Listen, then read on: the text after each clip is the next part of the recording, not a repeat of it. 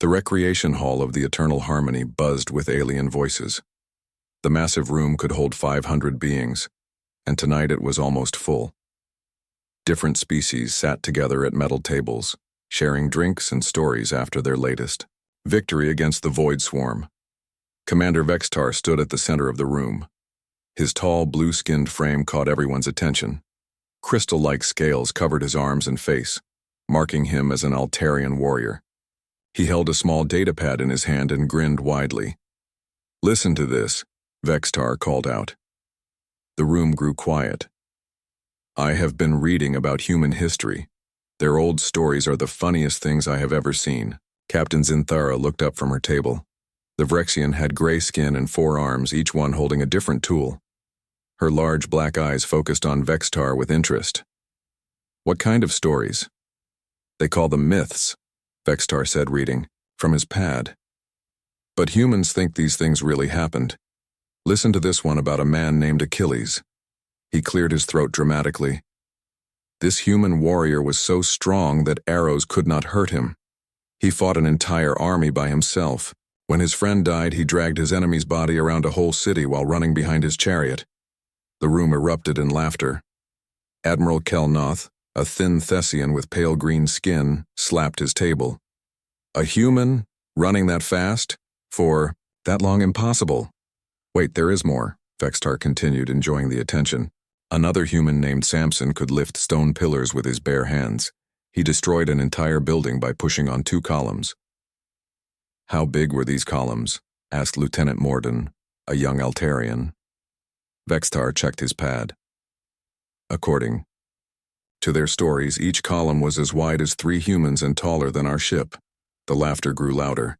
Captain Zinthara shook all 4 of her arms.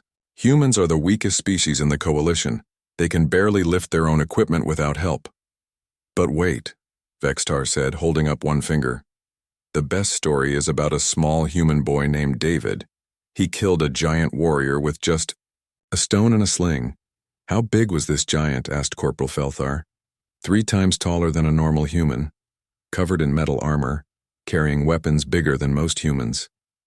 The entire hall exploded with laughter and cheers. Aliens from different tables started sharing their own jokes about human weakness. "I saw a human try to lift a supply crate yesterday," called out Engineer Brixton. "He needed help from 2 others just to move it to his ship." "Humans get tired after walking up 1 flight of stairs," added Pilot Vashara. "How could they fight giants?" In the corner of the room, 3 figures sat quietly at a small table. Colonel Tae-Min was a human in his mid-40s. His black hair showed gray streaks, and old scars marked his hands and face. He wore a simple Coalition uniform with many service medals on his chest. Next to him sat Lieutenant Da-Un, a younger human woman with short dark hair. Her jaw was tight as she listened to the laughter around them. Her hands were clenched into fists on the table. The third person was Corporal Jinwoo. He looked mostly human, but his slightly pointed ears and golden eyes showed Vrexian blood. He had grown up on the frontier worlds and served with both species. "Colonel," Da-Un whispered, "are we going to let them talk about us like this?" Tae-Min placed a calm hand on her shoulder. "Let them talk, Lieutenant. Words cannot hurt us." But Jinwoo noticed how the colonel's other hand gripped his drink tighter than normal. Back at the center of the room, Vextar was still reading. "Here is another good one. A human named Hercules had to complete 12 impossible tasks. One was to kill a lion that no weapon could harm. Another was to clean stables that had not been cleaned for 30 years. He did it all in 1 day." "1 day?" Admiral Kelnoth laughed so hard he nearly fell from his chair. "Humans take 1 day just to clean their own small rooms." "And listen to this," Captain Zinthara added, pulling out her own datapad. "I found a story about human warriors called Spartans. 300 of them fought against 1,000,000 enemies at a place called Thermopylae." 300 against 1,000,000. Lieutenant Morden could barely speak through his laughter. "What happened? Did they run away immediately?" "According to the story, they all died fighting," Zinthara said. "But they held their position for 3 days and killed thousands of enemies." The room erupted again. Aliens wiped tears from their Eyes and pounded tables with their fists or claws. Humans and their imagination, Vextar said, shaking his head. No wonder they were the last species to reach the stars. They spent all their time making up stories instead of building ships. Their entire history is full of these lies, agreed Admiral Kelnoth. They probably told these stories to make themselves feel better about being so weak. Engineer Brixton stood up. I have worked with humans for 5 years. They are good at fixing things and following orders. But warriors? Fighters? The idea is ridiculous. Remember the Battle of Sigma Station? Called out Pilot Vashara. The humans stayed behind their shields the whole time. They let us do all the real fighting. Dayun started to stand up, but Taemin's hand held her down. Not now, he said quietly. Jinwoo watched the colonel's face. He had heard whispers about Taemin's past, but no one ever talked about details. The older human had more combat medals than anyone else on the ship, but he never spoke about how he earned them. Commander Vextar was warming up to his audience. The funniest part is how humans always need help from their gods in these stories. David only won because his god guided the stone. Samson was only strong because his god gave him power. They cannot even win in their own imagination without divine help. Pathetic, agreed Captain Zinthara. Real warriors win through skill and strength, not by begging for miracles. The mockery continued for another hour. Different aliens took turns reading human myths and legends, each story bringing more laughter. They talked about human heroes, who could not be killed, who fought monsters, who saved entire cities with impossible acts of strength and courage. Through it all, Colonel Taemin sat silently. His face showed no emotion, but Jinwoo noticed his knuckles were white from gripping his drink. Lieutenant Dayun looked ready to explode with anger. Finally, as the night grew late, Vextar raised his glass high. A toast, he announced. To human imagination. May their stories always make us laugh. Every alien in the room raised their drinks and cheered. The sound echoed off the metal walls like thunder. Colonel Taemin slowly stood up. The movement was quiet, but somehow everyone noticed. The laughter began to fade as eyes turned toward the corner table. For a moment, Taemin looked around the room at all the alien faces. Then he simply nodded once and walked toward the exit. His footsteps were the only sound in the suddenly quiet. Hall Lieutenant Dayun and Corporal Jinwoo quickly followed him out. As the door closed behind them, the aliens looked at each other with confusion. Then Commander Vextar shrugged and called for another round of drinks. But Jinwoo had seen something in the colonel's eyes as he left. It was not anger or hurt. It was something else. Something that made Jinwoo think that maybe these human stories were not as funny as everyone believed. Outside in the corridor, Colonel Taemin walked slowly toward his quarters. Dayun and Jinwoo stayed a few steps behind him, not sure what to say. Finally, Dayun spoke up. Colonel, how can you let them talk about our people like that? Taemin stopped walking and turned to face them. For the first time that evening, he showed emotion. But it was not anger. It was sadness. Because, Lieutenant, he said quietly, they do not know the truth yet, and maybe it is better that way. Then he continued walking, leaving the two younger soldiers standing in the empty corridor wondering what truth he meant. The next morning, alarms rang throughout the Eternal Harmony. Red lights flashed in every corridor as crew members ran to their stations. The ship's speakers crackled with urgent announcements. All senior officers report to the command center, immediately. Priority Alpha emergency. In the command center, dozens of aliens gathered around the main display screen.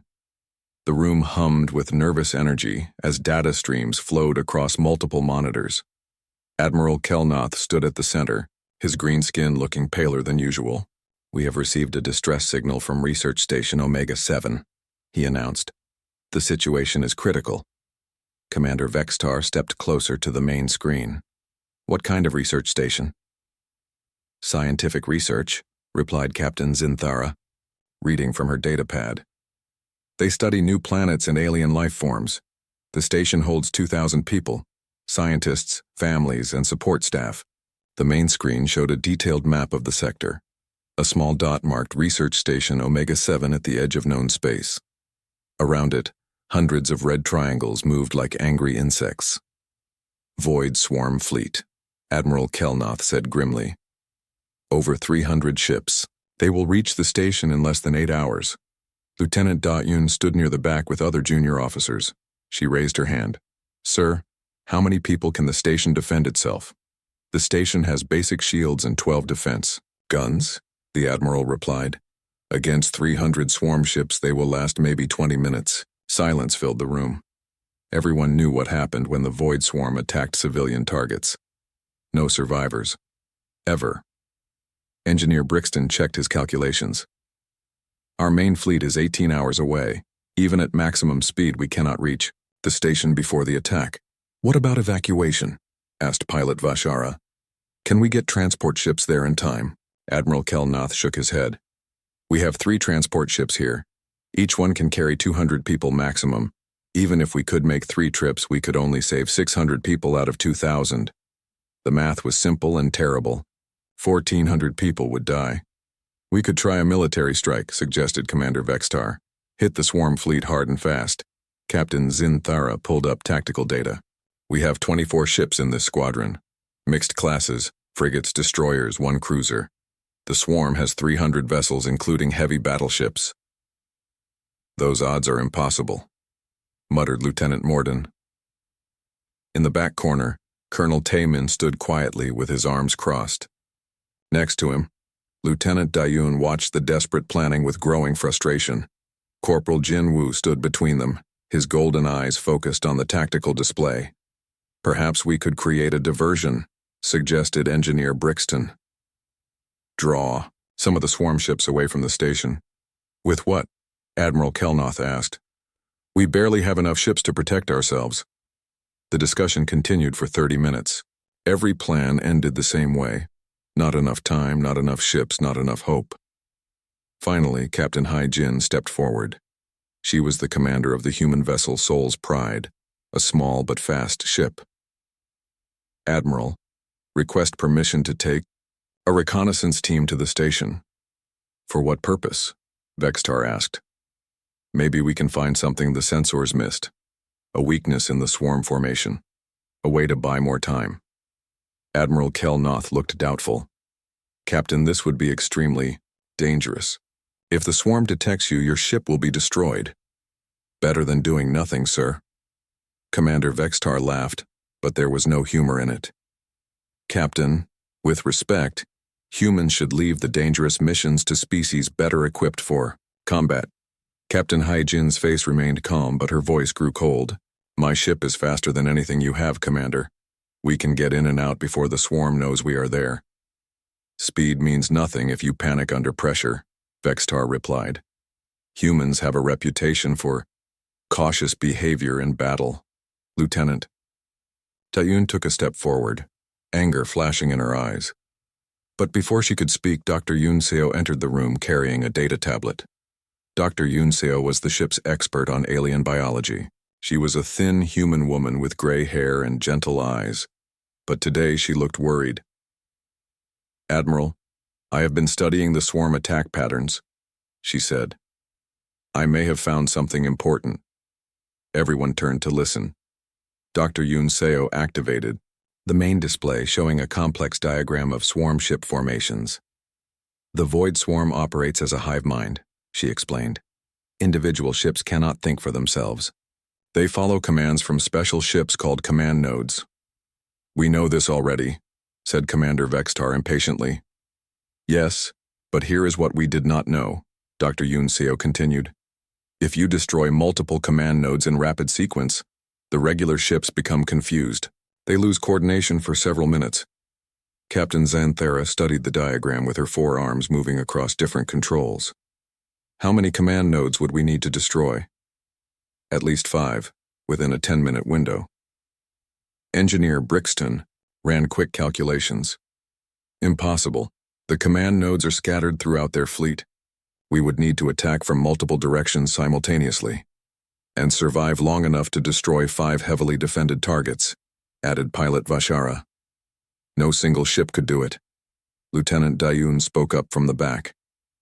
What if we used hit-and-run tactics like ancient human siege warfare? The room fell silent.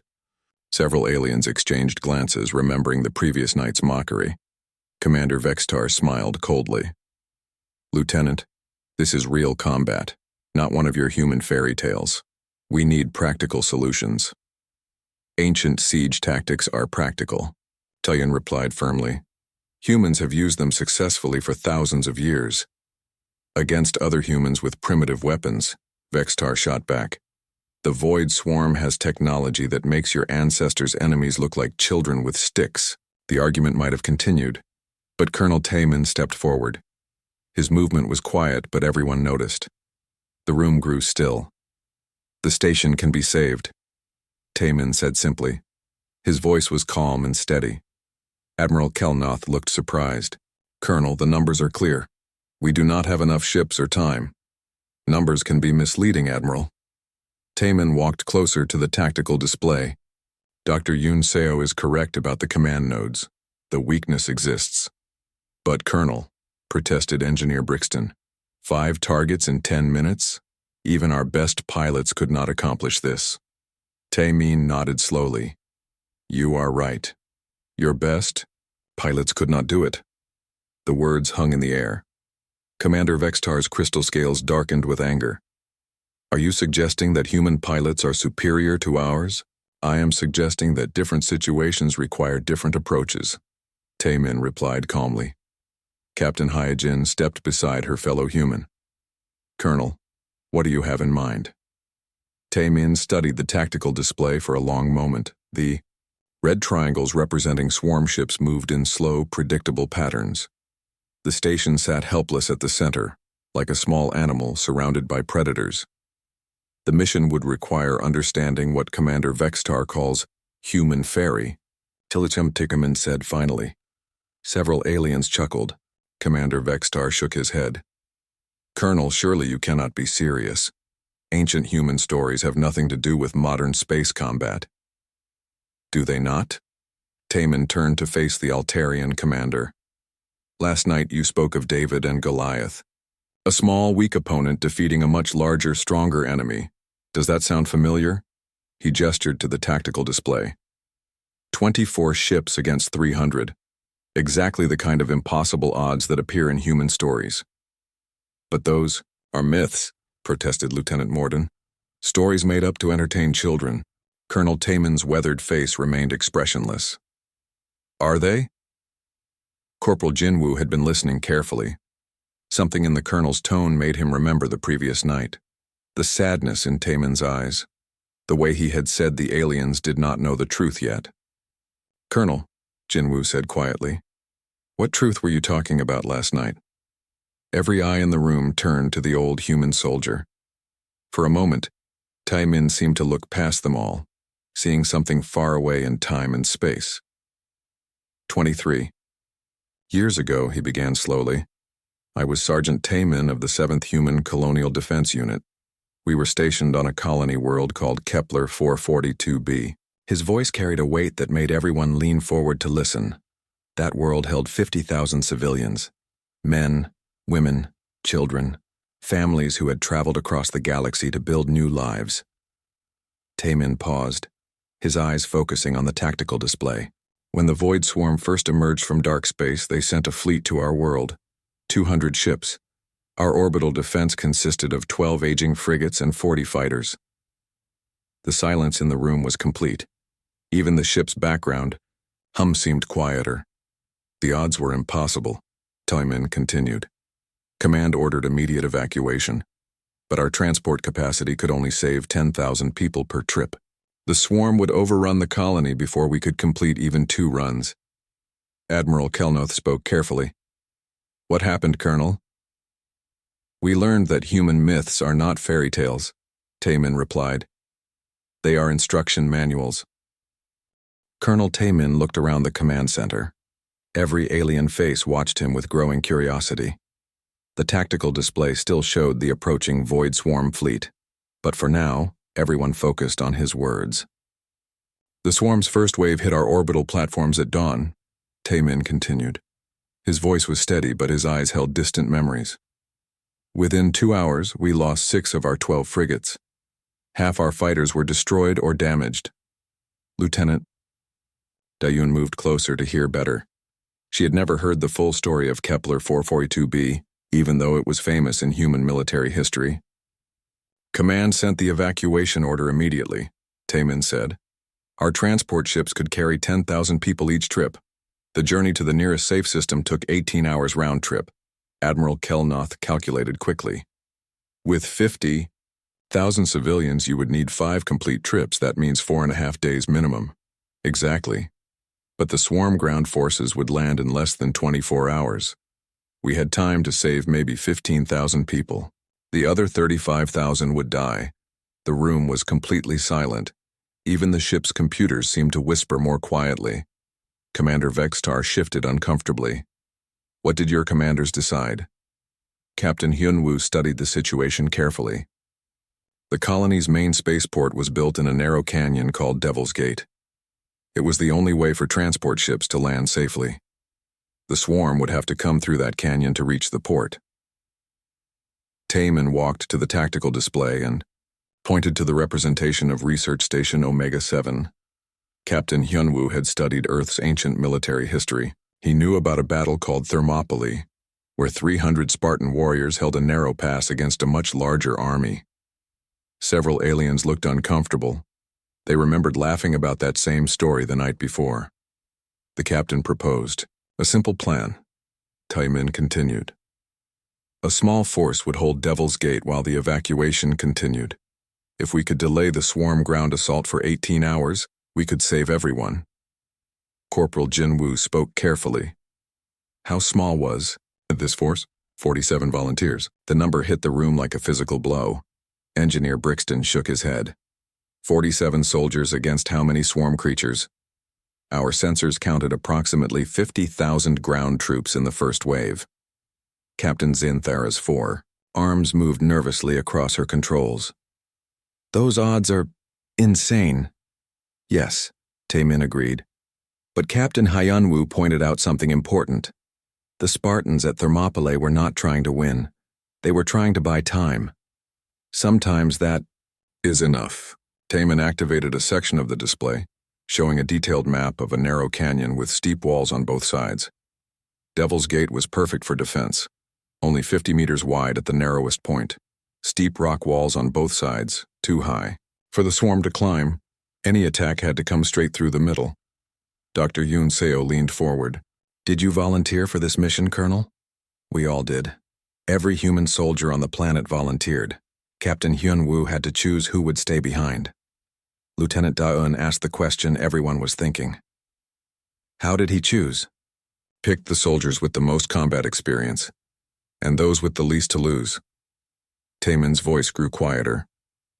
I was 22 years old, no family, no home except the army. I made the list. The colonel walked slowly around the display, his eyes following the tactical information. Sergeant Nam Ho was our heavy weapons specialist, 30 years old from Seoul. He had 2 daughters back on Earth. Corporal Yoonji ran our communications. She was 24, engaged to marry a teacher on New Tokyo. Medic Jae-sung could have left with the transports, but he refused to abandon wounded soldiers. Each name carried weight in the silent room. Private Yu Jin was only 19. Youngest, soldier in the unit. She volunteered because her little brother was among the civilians we were protecting. Commander Vextar interrupted. Colonel, this is very moving, but how does it help our current situation? Taemin turned to face the Altarian. Commander, because what happened next proves that your human myths are actually historical records. He returned to the tactical display and began manipulating the controls. The swarm ground assault began at 600 hours. 50,000 creatures advanced through Devil's Gate in waves. A simulation appeared on the screen, showing the narrow canyon and advancing enemy forces. For the first 4 hours, we used standard defensive tactics, heavy weapons, explosives, concentrated firepower. We held our position and inflicted heavy casualties. The display showed defensive positions and fields of fire. But by 1,000 hours, we were running low on ammunition. The swarm kept coming. That is when Sergeant Namho suggested we try something different. What? Asked Pilot Vashara. Roman military tactics, specifically the testudo formation. Several aliens looked confused. Lieutenant Dayun explained. Testudo means turtle. Roman soldiers would lock their shields together to form a protective shell. Exactly, Taemin confirmed. When our ammunition ran low, we formed testudo squares, interlocking fields of fire, mutual support, disciplined movement. It worked. The simulation changed to show small groups of soldiers moving in tight formation. By 1400 hours, we were down to 23 men. The swarm had adapted to our tactics. They started using aerial units to attack from above. What did you do then? Asked Jinwoo. Mongol tactics. Feigned retreats to draw them into prepared kill zones. We would fall back, let them advance, then hit them from unexpected angles. The display showed the tactical movements, complex patterns of advance and withdrawal. By 1800 hours, we were down to 12 soldiers, almost out of ammunition, low on supplies. The swarm was preparing for a final assault. Admiral Kelnoth leaned forward. How much longer did you need to hold? 6 more hours. The last transport was scheduled to depart at midnight. 12 soldiers for 6 hours against... How many? Our final count estimated 15,000 swarm creatures still advancing. The silence stretched longer this time. Those odds were beyond impossible. That is when we learned about Viking berserkers, Taemin said quietly. Berserkers? Commander Vextar looked puzzled. Ancient human warriors who fought without fear of death. When they had nothing left to lose, they became something more than human. Lieutenant Daun spoke softly. What happened in those final 6 hours? Taemin was quiet for a long moment. When he spoke again, his voice carried a different quality. Harder, colder. We stopped trying to survive. We only tried to delay them. Long enough. The tactical display changed again, showing the final defensive positions. Sergeant Namho held the north wall until his position was overrun. He took 17 swarm warriors with him when his ammunition ran out. Corporal Yunji fought with a broken arm and internal injuries until the very end. Each name was spoken like a prayer. Medic Jae-sung treated wounded soldiers under fire until the swarm reached his position. Private Yu Jin, she was the bravest 19-year-old I ever knew. And you? Asked Corporal Jinwoo quietly. I was the last one standing when the rescue teams arrived. Dr. Yoon Seo pulled up medical records on her tablet. Colonel, I have the official report from that battle. The rescue team found you surrounded by over 300 dead swarm creatures. You were still fighting with a broken mining tool. The number shocked everyone, over 300 kills by one soldier. The report also shows your physical condition, Dr. Yoon Seo continued. 17 separate wounds, blood loss that should have been fatal, and adrenaline levels that were off the charts. She looked up from her tablet. According to these readings, you should have been dead hours before the rescue team arrived. Commander Vextar stared at the medical data. How is that possible? Because, Colonel Taemin said simply, when humans face impossible odds, our bodies and minds can do impossible things. David really could kill Goliath. Samson really could bring down buildings. The Spartans really could hold off 1 million enemies. The room erupted in confused voices. But the physics are impossible, protested Engineer Brixton. Human biology does not work that way, added Captain Zinthara. Dr. Yoon Seo raised her hand for silence. Actually, it does. When humans experience extreme stress, their bodies produce massive amounts of adrenaline and other chemicals. Pain disappears. Strength increases by up to 400%. Time perception changes. She pulled up more medical data. During the Devil's Gate battle, Colonel Taemin's body produced enough adrenaline to kill most alien species. His muscle density temporarily increased beyond normal human parameters. For over 6 hours, his body functioned beyond all known biological limits. Admiral Kelnoth looked at the data in disbelief. This suggests that human myths might actually be historical records, Lieutenant Daeun finished. Every impossible story about human heroes, every tale of victory against overwhelming odds, they all really happened. Colonel Tamin nodded slowly. Humans do not tell stories about gods and monsters.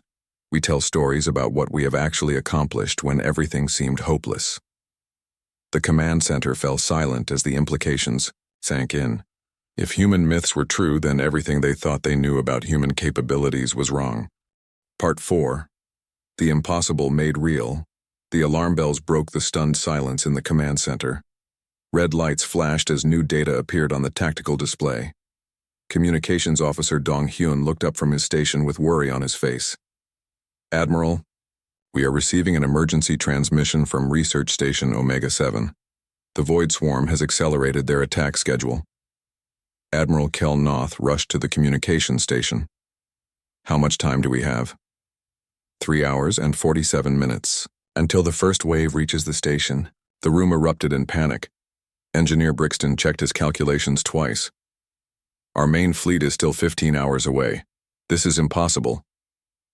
Commander Vextar stared at the tactical display. We have 24 ships. The swarm has over 300. Even if we sacrificed our entire squadron, we could not save those people. Captain Hai-Jin stepped forward. Admiral, request permission to take my ship to the station. Maybe we can evacuate some civilians before the attack. How many? Asked Admiral Kelnoth. My ship can carry maybe 100 people in emergency conditions. The math was brutal. 100 saved out of 2,000. The other 1,900 would die. Colonel Tamin had been standing quietly near the tactical display. Now he walked to the center of the room. Admiral, request permission to lead a rescue mission. Commander Vextar looked at him in disbelief. Colonel, we just heard your story about Devil's Gate. That was ground combat with defensive positions. This is space battle against overwhelming odds. The principles are the same, Tamin replied calmly. David defeated Goliath not through strength but through tactics the giant did not expect. But Colonel, protested Captain Zinthera, you would need to destroy 5 command nodes in 10 minutes. Even if we sent every ship, we could not accomplish this. How many ships would you give me? Tamin asked. Admiral Kelnoth hesitated. Colonel, I cannot risk the entire squadron on an impossible mission. How many ships? Tamin repeated. 12 ships maximum. I need the others to protect the civilian transports. The number hung in the air. 12 ships against 300. Lieutenant. Dayun stepped beside her colonel. Sir, request permission to join the mission. Da-un, no, Tamin said quietly. This is not your fight. With respect, sir. Yes, it is. Those are innocent people about to die. Every human story you mentioned, they all involved people fighting. For others who could not fight for themselves. Engineer Wu Jin, one of the human technicians, raised his hand. Colonel, my ship has the fastest engines in the squadron. Request permission to volunteer. Pilot Subin joined them. My fighter squadron is ready, sir. One by one, human crew members stepped forward. Medic Jae Sung, Communications Officer Dong Hyun. 7 others whose names would be remembered. But then something unexpected happened. Corporal Jin Woo walked to the center of the room. Colonel, request permission to join the mission. Commander Vextar stared at the half-Vrexian soldier. Jin Woo, you are not human. This is not your responsibility. Jin Woo's golden eyes met Tamin's steady gaze. I have served with humans for 3 years. I have seen what they can accomplish when others say it is impossible. If they can turn myths into reality, then maybe I can too. Before anyone could respond, technical specialist Korathul stepped forward. The young Altarian's crystal scales reflected the red warning lights. I volunteer as well. Korathul. Commander Vextar looked shocked. You cannot be serious. Commander, I have studied human military history since last night. Their tactics are not myths. They are proven strategies that work against superior forces. Admiral Kelnoth looked around the room. This is madness. 12 ships cannot defeat 300. Colonel Tamin walked to the tactical display and began entering data. Admiral, may I show you something? The display changed to show the area around Research Station Omega-7. The station sat at the center, with the approaching swarm fleet spread out in a massive formation. Dr. Yoon Seo identified the weakness. Tae Min explained. 5 command nodes, destroyed in 10 minutes, will disrupt their entire fleet. But they are scattered throughout the formation, Engineer Brixton pointed out. You would need to attack from multiple directions simultaneously. Exactly. Tae Min's fingers moved across the controls. This is called Hannibal's pincer movement. Tactical simulation appeared on the screen. Ancient human general named Hannibal defeated a Roman army twice his size using this strategy. He split his forces, attacked from multiple directions, and caused confusion in the enemy ranks. The simulation showed small groups of ships moving in coordinated patterns. But Colonel, Admiral Kelnoth said, Hannibal had terrain advantages. You will be fighting in open space. We will create our own advantages, Tae Min replied. Captain Hye Jin, your ship is the fastest. You will lead the first strike team directly through the center of their formation. A suicide run? She asked. A distraction. While their attention focuses on you, the other teams will hit the command nodes from unexpected angles. Lieutenant Da Yoon studied the simulation. Sir, this looks like Admiral Nelson's tactics at the Battle of Trafalgar. Very good, Lieutenant. Nelson defeated a larger French fleet by breaking their battle line and attacking from multiple directions. Same principle. Different battlefield. Commander Vextar shook his head. These are ancient battles with primitive weapons. Space combat is completely different. Dr. Yoon Seo looked up from her tablet. Actually, the mathematics are remarkably similar. Space battles follow the same tactical principles as naval warfare. She activated another display showing weapon ranges and ship movements. Concentration of force, timing, coordination, these principles work in any environment. Admiral Kelnoth studied the tactical plan carefully. Colonel, even if this strategy works, 12 ships cannot survive long against 300. You might destroy the command nodes, but the swarm will destroy you immediately after. Not if we use Sun Tzu's principle of deception, Tae Min replied. Meaning, we make 12 ships appear to be a much larger force. Engineer Wu Jin understood immediately. Electronic warfare, false sensor signatures, make them think our small squadron is actually the advance unit of a larger fleet. Exactly. The swarm will hesitate trying to locate our main force. That hesitation gives us time to complete the evacuation. Pilot Subin added her own expertise. We can use asteroid fields and radiation clouds to mask our true numbers. Hit and run. Tactics. Strike fast and disappear. The plan was taking shape, but Commander Vextar remained skeptical. Colonel, you are asking us to believe that ancient human strategies can defeat advanced alien technology. Colonel Tae Min turned to face the Altarian commander. Commander, yesterday you laughed at the story of 300 Spartans holding off 1 million enemies. Today I told you about 47 humans holding off 50,000 void swarm creatures. What is the difference? Vextar opened his mouth to answer, then closed it again. The difference, Tae Min continued, is that you thought the Spartans were myths.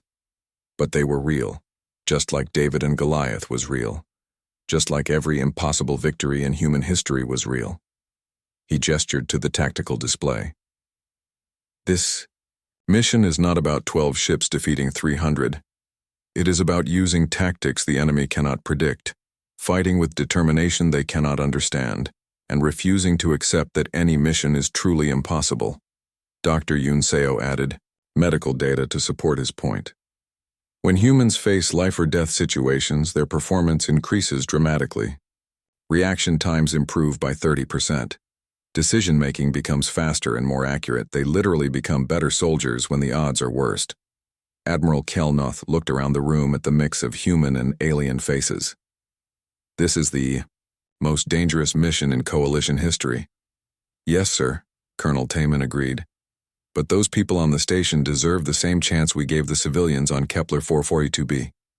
The Admiral was quiet for a long moment. Finally, he nodded. Colonel Tae Min, you have authorization for Operation Impossible Odds. 12 ships, your choice of crews. As alarms continued to ring throughout the ship, the volunteer crews rushed to their vessels. The Soul's Pride, the New Busan, the Incheon, Runner, human ships with proud names and determined crews, but mixed among them were alien volunteers. Jin Woo took his position as tactical officer. Korathul joined the engineering team. Even a few other alien crew members quietly requested transfers to the mission ships. In the hangar bay, Colonel Taemin addressed his mixed squadron. "In 3 hours, we will attempt something that every tactical manual says is impossible. We will save 2,000 innocent people using 12 ships against 300. He looked at each face, human and alien alike. "Remember, we are not trying to win a battle. We are trying to buy time for an evacuation. Sometimes that is enough." As the ships prepared to launch, Lieutenant Da-eun asked the question everyone was thinking. "Colonel, do you really believe we can pull this off?" Taemin smiled for the first time in days. "Da-eun, I have spent 23 years learning that humans specialize in making the impossible look routine." The launch bay doors opened, revealing the starfield beyond. 12 small ships faced the darkness, carrying the hopes of 2,000 strangers and the weight of human history. The 12 ships of David's squadron moved through space like hunters stalking prey. Research Station Omega-7 appeared on their screens as a small dot of light, surrounded by the massive dark shape of the Void Swarm fleet. "All ships, this is David. 1. Colonel Taemin's voice came through the communication system. "Enemy contact in 30 minutes. Remember the plan. Hit fast, hit hard, and get out." In the cockpit of the Soul's Pride, Captain Hai Jin checked her weapons one final time. Her ship would lead the center assault, drawing attention while the other teams struck from the sides. "David 2 ready?" Lieutenant Da-eun reported from the new Busan. Her hands were steady on the controls, but her heart beat fast with anticipation. "David 3 standing by," Engineer Woo Jin called from the Incheon runner. His modified engines hummed with power, ready to sprint through the enemy formation. One by one, the other ships reported ready. Human crews mixed with alien volunteers, all united by the same impossible mission. "Contact," Pilot Subin announced from her fighter screen. "Void Swarm fleet detected. Count shows." Oh my. The main tactical display lit up with red triangles, hundreds of them spread across space like an angry swarm of insects. At the center, 5 larger symbols marked the command nodes that controlled the entire fleet. "Remember," Colonel Taemin said calmly, "we are not here to win a battle. We are here to save lives. David took down Goliath with 1 stone. We need 5. Corporal Jinwoo studied his sensors from the tactical station. "Sir, the command nodes are positioned exactly as Dr. Yoon Seo predicted. 2 forward, 2 flanking, 1 in the rear." "Perfect." Taemin activated the squadron command channel. "All ships, execute Hannibal's pincer. Teams 2 and 3 move to flanking positions. Team 4, circle to rear approach. Team 1, prepare for direct assault." The small squadron split apart, each group moving toward their assigned targets. On the swarm ships, sensors detected the approaching coalition vessels. In the command node ships, alien creatures with insect-like features studied their screens. The lead commander clicked its mandibles in what might have been laughter. 12. Tiny ships against their massive fleet? This would be over quickly. "David 1 to all ships," Taemin announced. "Commencing Nelson's Crossing. All power to forward shields and weapons." Captain Hyojin's team dove straight into the center of the swarm formation. Energy beams lanced out from dozens of enemy ships, but the human vessels moved with impossible precision. They rolled, twisted, and spun through the deadly light show like dancers performing an ancient ballet. "How are they moving like that?" The swarm commander chittered to its subordinates. The humans flew their ships as if they could predict where every shot would be fired. What the swarm did not understand was that human pilots had trained for centuries in 3-dimensional combat. Their ancestors had fought aerial dogfights in Earth's skies, learning to think and move in ways that ground-based species could not imagine. "Team 2 in position," Lieutenant Da-eun reported. Her group had circled wide around the fleet's left side, using asteroid debris to mask their approach. "Team 3 ready?" Engineer Woo Jin confirmed from the right flank. "Team 4 approaching." "Rear target," Medic Jae-sung called out. His ship carried the most advanced medical bay in the squadron, but today he flew as a warrior. Colonel Taemin watched the tactical display with calm focus. The moment was approaching. The critical 10 minutes that would determine success or failure. All teams, prepare for simultaneous strike. Target the command nodes on my mark. The swarm fleet began to react, trying to surround the center team, but their movements were predictable, following standard tactical doctrine. Human tactics were anything but standard. "Mark!" Taemin called out. 4 groups of human ships struck simultaneously. Team 1 drove straight through the center, weapons blazing. Teams 2 and 3 hit from the sides like hammer blows. Team 4 swept in from behind with deadly precision. The first command node exploded in a brilliant flash of light. Then the second, the third. On swarm ships throughout the fleet, creatures began to move in confused circles. Their coordination started breaking down as command signals became scrambled. "Target 4 destroyed," Engineer Wu Jin reported with excitement. "Target 5 taking heavy damage," Medic Jae Sung added. But the swarm was beginning to adapt. Smaller, ships broke formation to pursue the human vessels. Energy beams filled space with deadly light. The Incheon runner took a direct hit to its port engine. "This is David 7, Engineer Wu Jin called out. "Engine damaged but still flying." "Stay with the formation," Colonel Taemin ordered. "Complete the mission." The 5th command node finally exploded under concentrated fire from Team 4. Immediately, the entire swarm fleet began to behave strangely. Ships moved in random directions. Some stopped completely.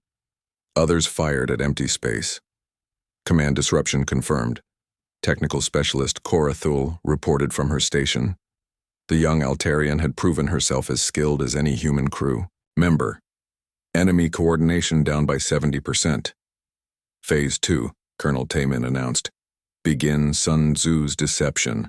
All ships activate false sensor signatures.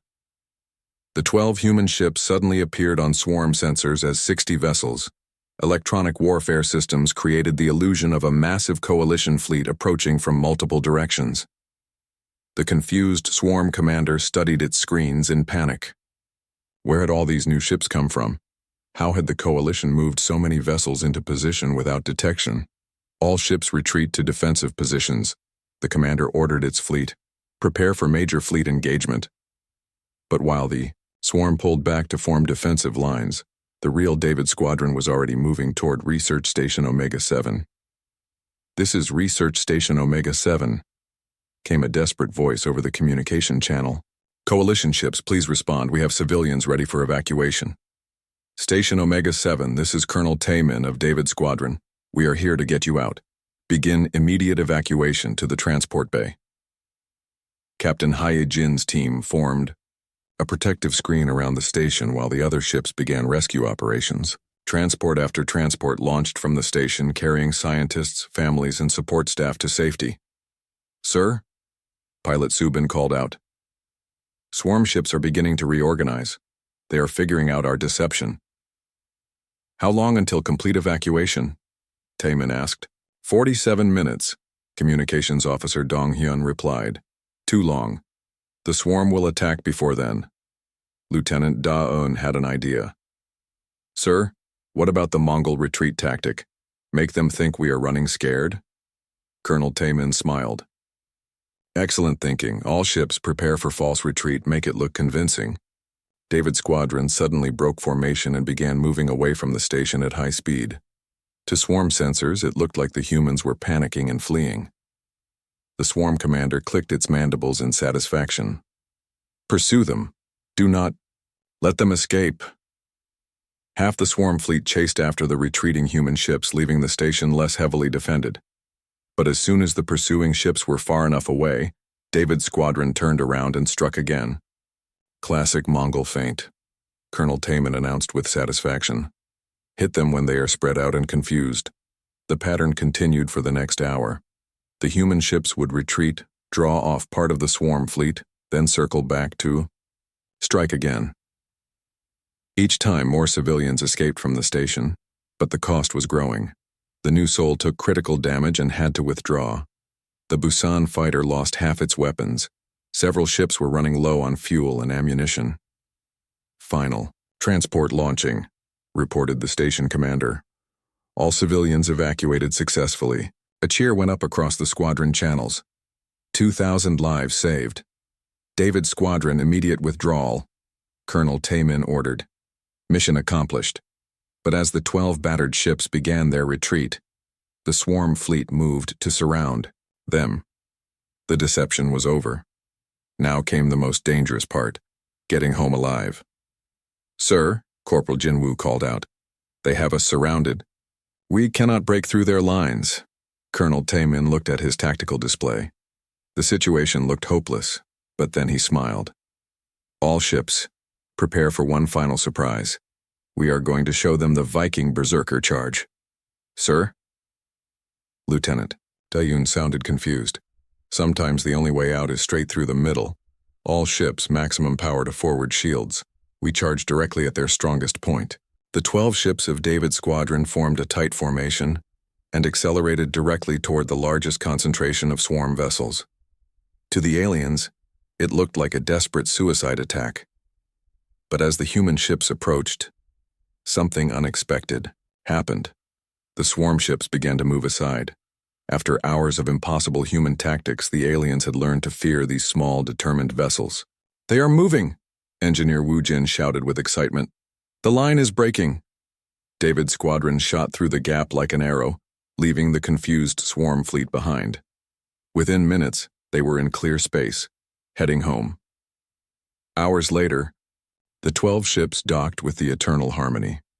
The hangar bay was filled with cheering crew members from dozens of species. The impossible mission had succeeded. Admiral Kelnoth approached Colonel Taymin as he climbed down from his ship. "Colonel, what you accomplished today will be remembered for generations.